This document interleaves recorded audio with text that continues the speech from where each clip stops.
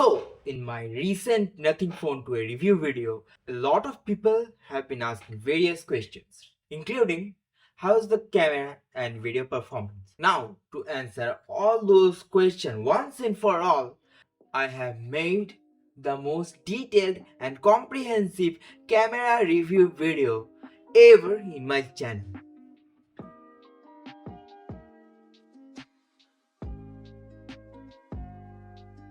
This is Nothing Phone 2a camera review. So first of all, let's get down to the specs. Nothing Phone 2a features a 50 plus 50 megapixel of wide and ultra wide camera and a 32 megapixel front camera. The 50 megapixel main sensor is Samsung ISOCELL GN9 sensor. The ultra wide is a 50 megapixel Samsung Gen 1 sensor and the front is a 32 megapixel Sony IMX615 sensor.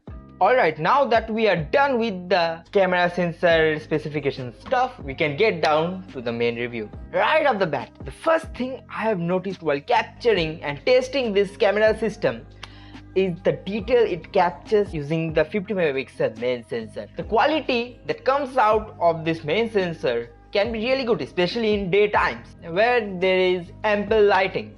The phone captures great lighting, controls exposure well, alright saturation, good HDR, but there is a bit of a problem. Sometimes, and I mean sometimes, especially capturing the photos of plants, the saturation can go haywire a bit, or the contrast. So I would suggest, if you are like doing day-to-day photo shooting, try and capture multiple shots of the same photo. That way you can avoid this problem that occurs around 10% of the time. Also, there have been a lot of questions regarding the focusing system and the speed of focusing of this camera.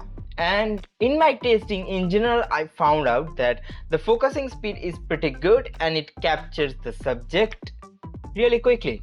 For example, you can see this video right here. The focusing speed is surprisingly fast. The close-up shot of the camera, especially those of the plants, animals and flowers, are really good and detailed with a nice, soft and a natural shallow depth of field. To address the concern that sometimes the photo gets blurry, it's because of the lens itself and not the software.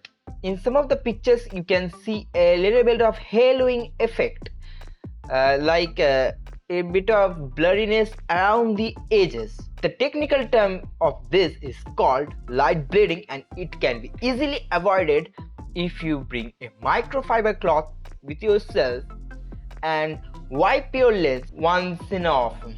The HDR performance of this phone seems good as well, with it capturing great highlights and shadows while controlling the exposure and bringing out details in shadows. I have no complaints in that department. Overall, the camera seems really good, but again, about the contrast thing, be careful with that. But avoiding that, the camera is easily an A in my department. Now that we are already on the main sensor, we can talk about the portrait mode. Nothing Phone 2a can take portraits both in 1x and in 2x crop mode. If the subject is human, the portrait tries to adjust the brightness, the lighting and the overall scene according to the face. It makes sure the lighting of the subject is good, but it can come at a cost of the overall scene. But that happens around 10% of the time. The HDR of the software handles about 90% of the scenarios pretty well. The complaints that I have made about the main photo mode also kind of carries over into the portrait mode, such as the haloing effect. Again, that depends on the lens and you need to clean the lens once and often again. Also, the contrast sometimes can be a bit too much, especially you are capturing with a plant in the scene. Another thing that comes with portraits is virtual rotoscoping and fake bokeh to the scene. This is one of the most difficult problems to solve in smartphone photography, and funnily enough, it used to be bad in my Nothing Phone 2a. The portrait mode used to miss a lot of spot, leaving those annoying gaps, leaving the overall picture look bad. But it seems with the recent update they have made some changes, and oh god, they have improved, because the rotoscoping has become so much better than before. Like, it's night and day difference. If I can find some of my own old photos, I can show it here, and if I'm not I'm sorry, I guess. But if you can see the photos after the recent update, like the cutout, it's really good, and the blur seems all natural as well.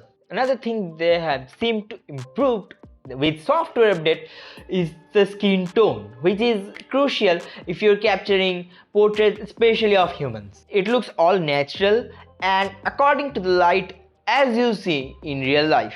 The portrait mode also surprisingly works great with plants and animal photography.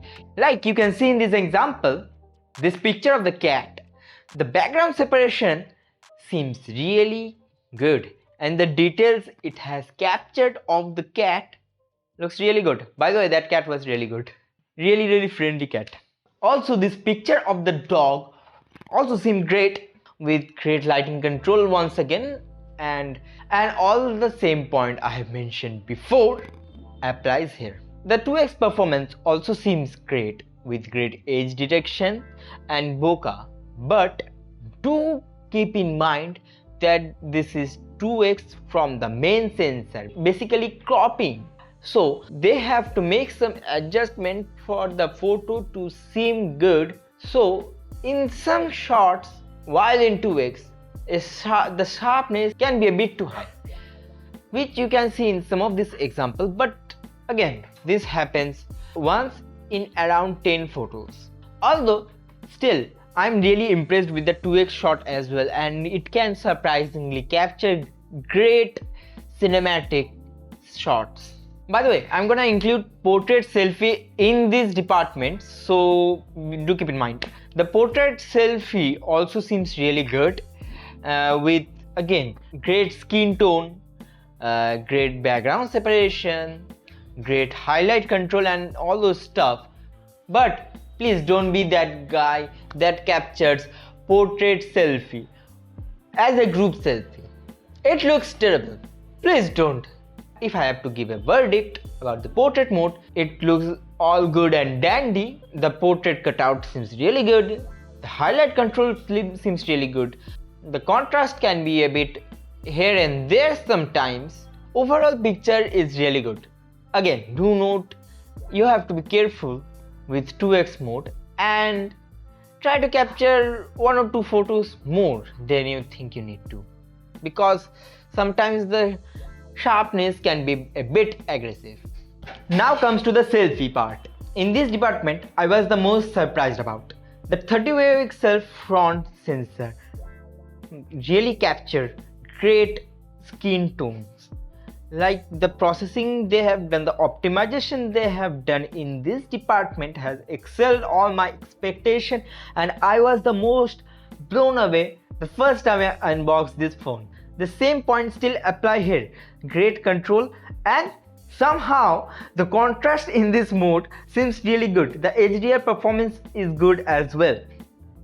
Nothing, if you're listening, please copy over all the optimization you have done in this department to all your main sensor and portrait sensor, because it seems really good. Sometimes the picture may look a bit blurry with that haloing effect, but that could be attributed to smudges and the lens getting dirty in general. Again, clean your lens. Also, if you have a screen protector, it doesn't affect the camera quality at all. Well, I have nothing else to say other than good job, Nothing. So the video of Nothing Phone 2a. The Nothing Phone 2a can record up to 4K 30 fps and 1080p 60 fps. at the back and only 1080p 60 fps at the front. The 4K 30 fps can be recorded on both wide and ultra wide. I recorded the whole video of this camera review on 4K 30 fps. I have recorded the whole vlog at 1080p 60 fps linked over here. So you can check out how I have recorded the whole footage here and judge for yourself the performance of Nothing Phone 2's camera at 1080p 30 fps. So in my opinion, in daytime it's absolutely incredible. The focus control, the exposure control and the white balance seems pretty good to me in my eyes. Now you be the judge whether it's too contrasty for you or too oversaturated. That can be you. But yeah, I do have a gripe. At 1080p 30 fps at least, when I was recording, as you can see in this footage, there was a clear shift in colors between the wide and ultra wide angles. So you can see the ultra wide footage looked alright, but when I switched to the main sensor, it was a bit too contrasty, which I didn't like. The main sensor for some reason is a bit saturated. So if nothing can fix that issue, then it would be a really great video camera in my opinion. And in other ways, it's pretty good.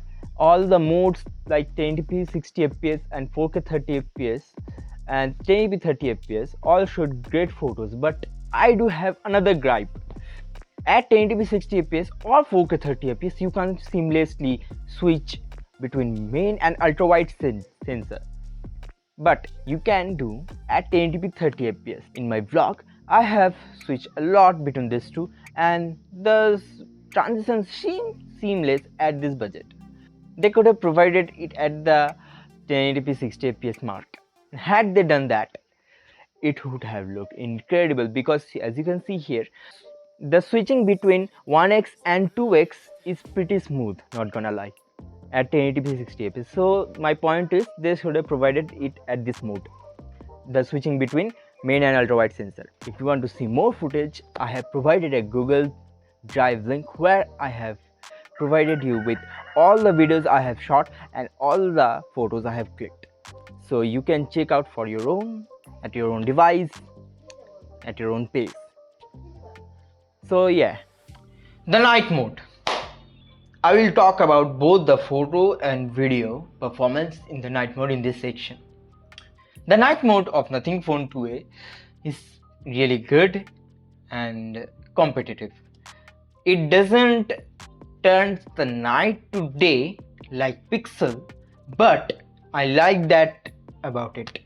It actually enhances the night mode. Like, you feel like it's night mode rather than day mode. I don't want my shots look like it was taken in a sunset. I want to look like it was taken in night, right? So I'm really impressed with the night mode in this department. The most difficult problem to solve in night mode in smartphone photography is to control these things right here. If you can see in the video, the noise and the noise control processing of this phone seems really good. It sometimes smooths out the image in the detriment of quality, but it is to an acceptable level. It at least makes the image look good.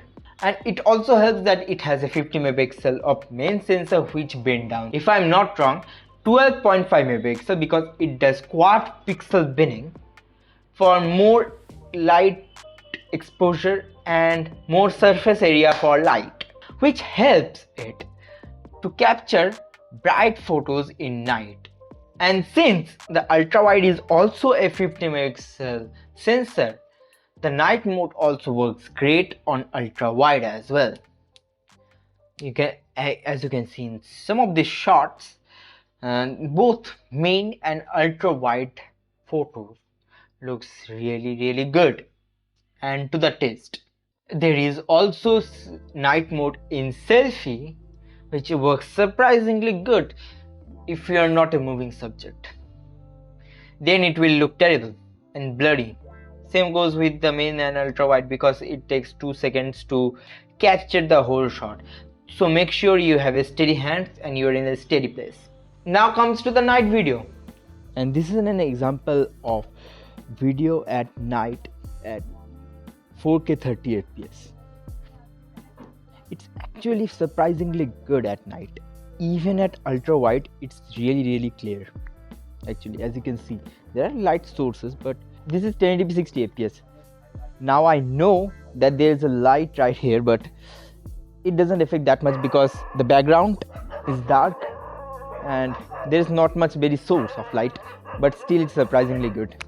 Now again, I have provided every single photos and videos I have clicked throughout this whole ordeal into a Google Drive link. You can check it out in the description right now. I am hurrying up because there are dogs right now and my legs are shaking. This whole thing I've been recording, the room is pretty dark and it's in like short on night mode. There is a night mode dedicated, but it limits to 1080p 30 fps. Here is an example for that. There is even a night mode which surprisingly brightens up the whole scene and makes everything good. But I'm not recording this video on 1080p. I'm recording this on 4K. So you tell me, how is the shot? How's the lighting? I'm pretty sure there is noise and grain, but the light control, the clarity of the image always seems good, even in night video. So good job, Nothing. And this is night video captured on ultra wide. I mean, I captured it right there, but in case you're wondering how it looks indoor, this is how it looks. So you tell me, how is it? Tell me in the comments. Now comes to the miscellaneous part. Nothing Phone 2a can record slow-mo 1080p 120 fps only. There is no 240 fps option. Time lapse, it can record up to like 480 seconds to 1 second conversion rate. If you are wondering about that, that is possible. And there are filters as in any phone. There is an interesting filter which is available in photo mode, which is called lenticular lens. It looks what I find really fun about the photo mode, that you can long press the button to either take a burst shot or record a video. So that means you can record in any aspect ratio, but do keep in mind it is limited to that resolution itself, usually 1080p, and the frame rate can vary according to the light. It's not fixed at 30. Now for the verdict time. If you are looking to buy Nothing Phone 2a in this price segment, especially for this camera, I can safely recommend, because it seems Nothing Phone 2a is really competitive in this price segment, at least regarding the cameras. Now take this segment with a grain of salt, because I don't have every single phone in this segment and I can't compare phones. So I have made this assessment by seeing other channels reviewing other phones in this price segment. Again, if you take a lot of pictures and videos, I'd first go watch some of them, then watch this video, and then make verdict myself. But if you want to know my opinion, I think this phone is really competent if they don't mess up, and I can safely say Nothing Phone 2a is Shubh recommended, at least in the camera department. Thank you so much for watching this video. Like, sweated me a lot. It made me do a lot of effort, including going to a different place. So yeah, be sure to like, share and subscribe, and I'll see you guys again with Nothing OS 3, which is coming out in December. But don't worry, I will be posting videos in between if I find any interesting topic. Adios.